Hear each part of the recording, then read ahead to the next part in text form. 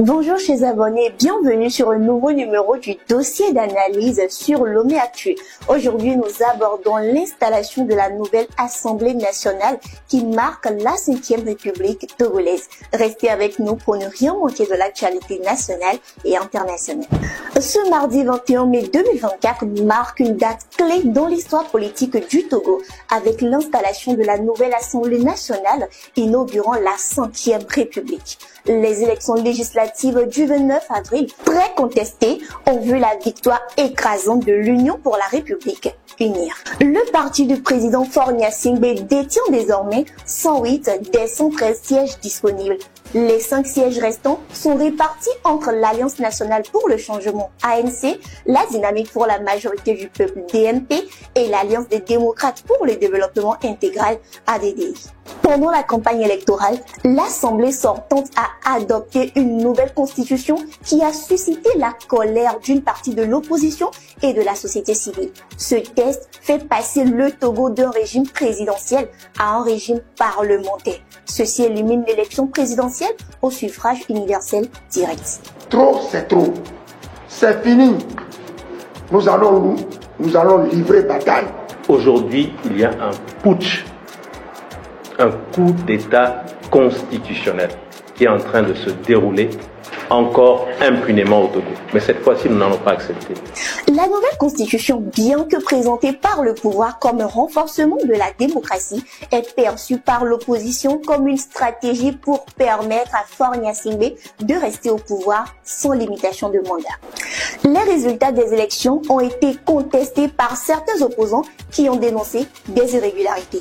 Toutefois, la Cour constitutionnelle a rejeté tous les recours, validant ainsi les résultats provisoires annoncés par la CENI.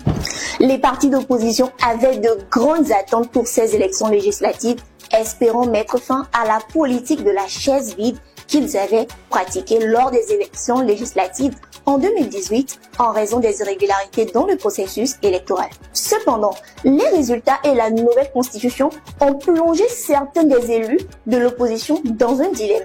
Participer à l'Assemblée et risquer de légitimer un système qu'ils critiquent ou boycotter et perdre toute influence politique.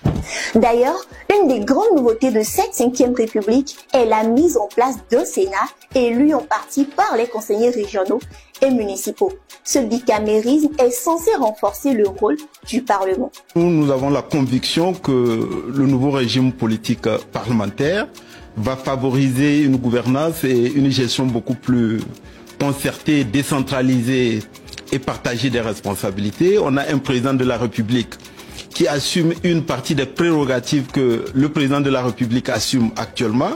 On a un président du Conseil qui va développer une plus forte proximité avec la population dans le suivi et l'exécution des politiques publiques.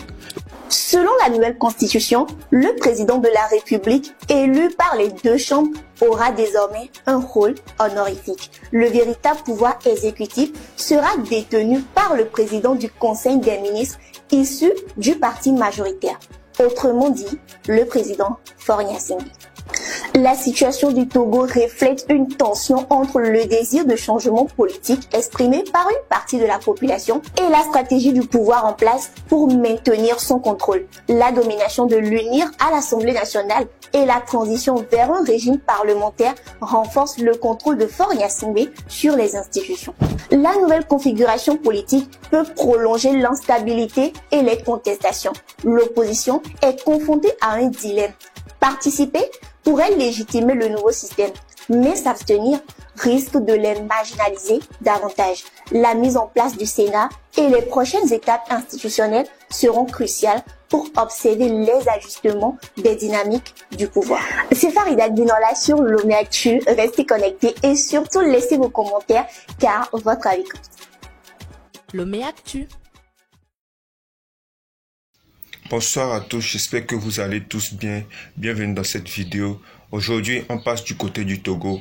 Ils ont voté une nouvelle loi de la République il y a de cela quelques semaines qui passe du régime démocratique à un régime parlementaire.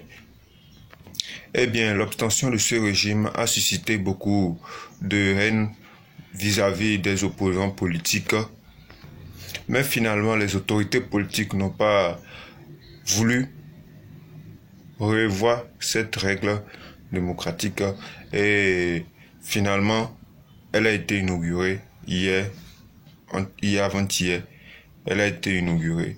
Maintenant, le Togo est dans un régime parlementaire. Ils ne sont plus dans un régime démocratique. Le deuxième sujet de notre conversation, deuxième sujet que je voudrais évoquer tout de suite, c'est la situation au Togo. Des nouvelles me sont venues du Togo qui sont particulièrement inquiétantes.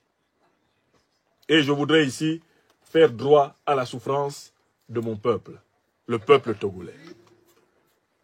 Je voudrais faire droit à cette souffrance.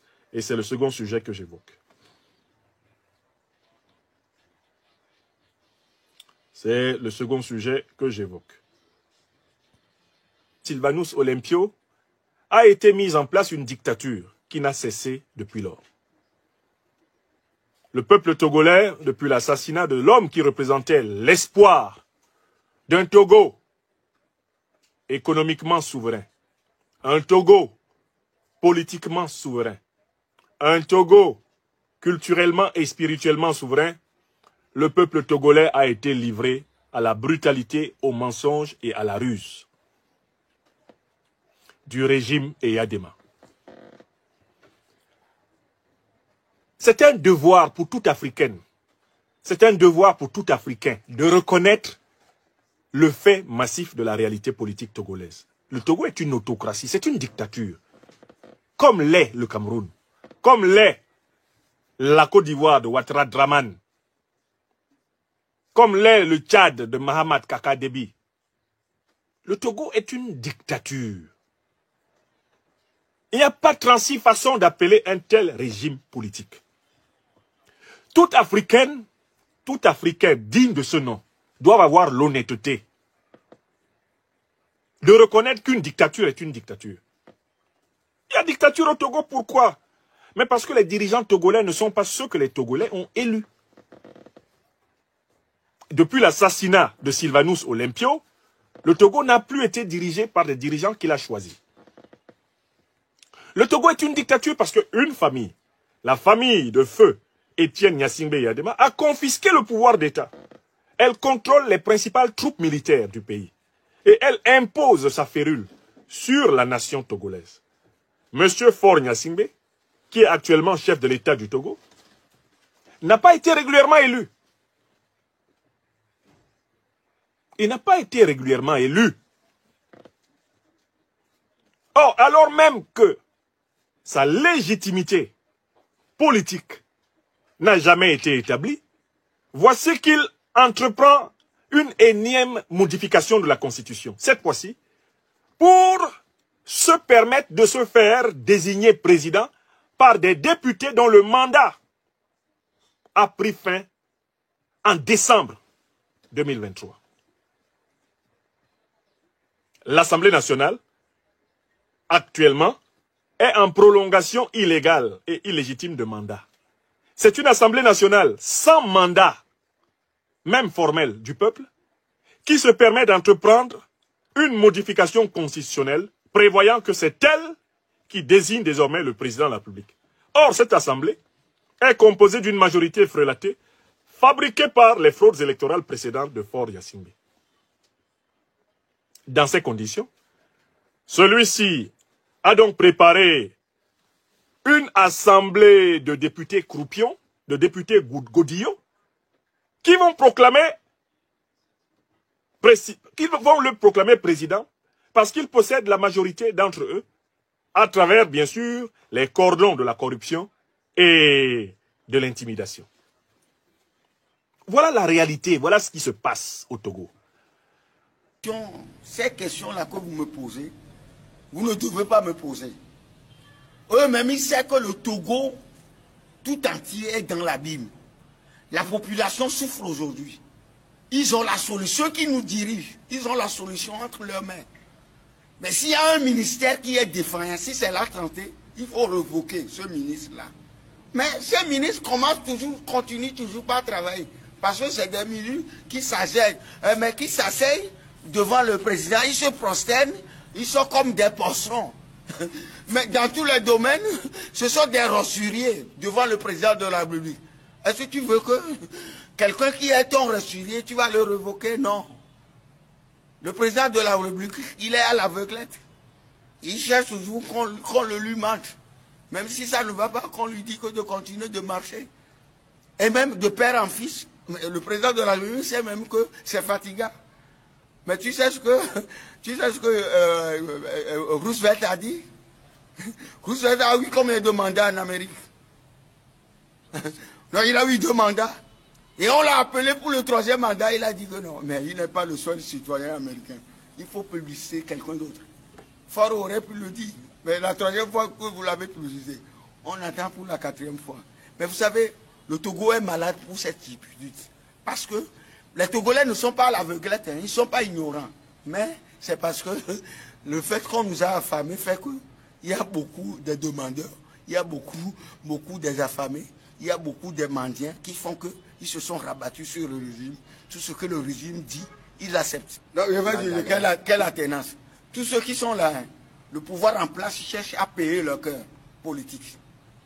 Il y a des gens, hein, qui sont d'accord à opérer des changements véritables dans ce pays. Mais une fois qu'on les amène dans la machine, c'est fini. Ils vont changer le panel de leur politique. Et c'est là où le bas blesse. Mais je vais te dire une chose. Le changement va venir à coup sûr dans ce pays, mais on n'a pas besoin de noms. Peut-être un petit groupe qui va opérer le changement.